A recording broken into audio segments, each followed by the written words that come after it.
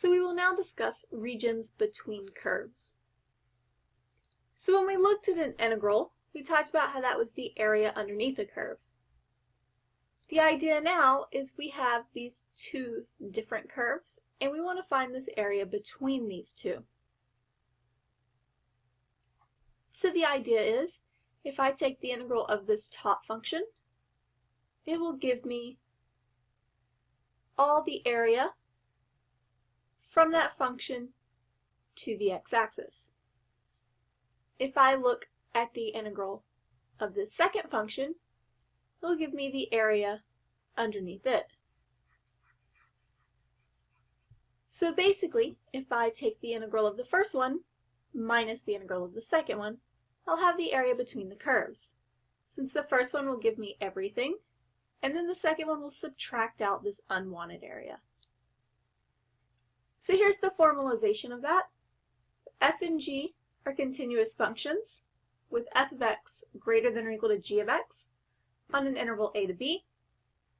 Then the area of the region bound by the graphs of f and g on AB is given by the integral from a to b of f of x minus g of x dx. So let's do an example. Here we want to find the area between the region bounded by the graphs of f of x equal to the square root of x and g of x equal to x squared when x and y are both greater than or equal to 0. So the first step is to figure out exactly where these two functions meet. So we have x squared is equal to the square root of x. Squaring both sides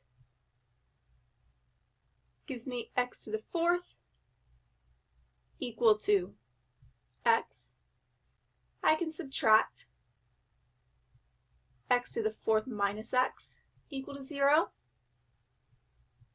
And then factor. I get x times x cubed minus 1 equal to 0.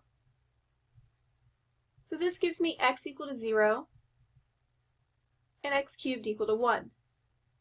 Taking the cube root, I get that x is equal to 1. So these are my limits of integration.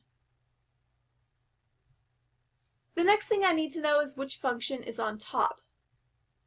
Well, that first picture I had was the graph of these. Here's the graph of the square root of x. Here's the graph of x squared. So we see the square root is on top during this little region. So I have the square root of x minus x squared dx. Adding 1 to the exponent would give me x to the 3 over 2. Dividing that gives me a coefficient of 2/3. Adding 1 to the exponent gives me x cubed, and then I divide by 3. And we will evaluate this between 0 and 1. So I have 2/3 times 1 to the 3 halves minus 1/3 times 1 cubed minus 2/3 times 0 to the 3 halves minus 1/3 times 0 cubed.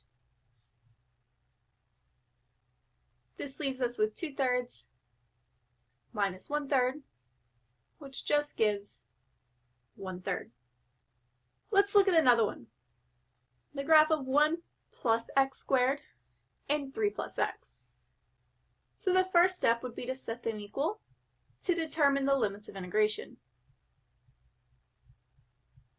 Since I see an x squared, I'm going to move everything to one side of the equation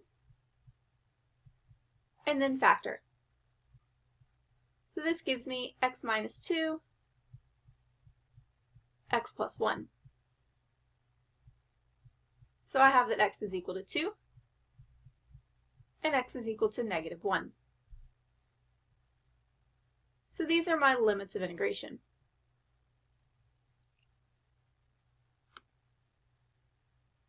The next thing I would want to look at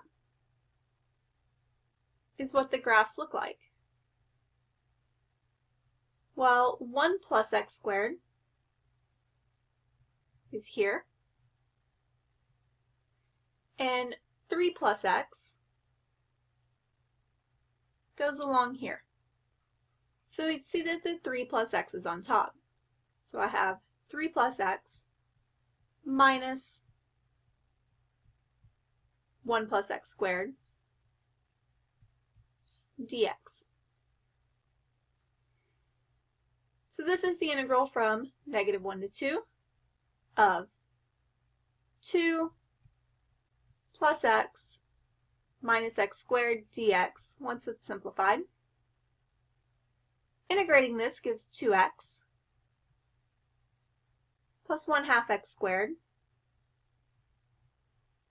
minus 1/3 x cubed, and we need to evaluate this between 2 and -1. So we have 2 times 2 plus 1/2, 2 squared, minus 1/3 times 2 cubed, minus 2 times -1, plus 1/2 times -1 squared, minus 1/3 times -1 cubed. So this will be 4 plus 2 minus 8/3 plus 2 minus 1/2 minus 1/3.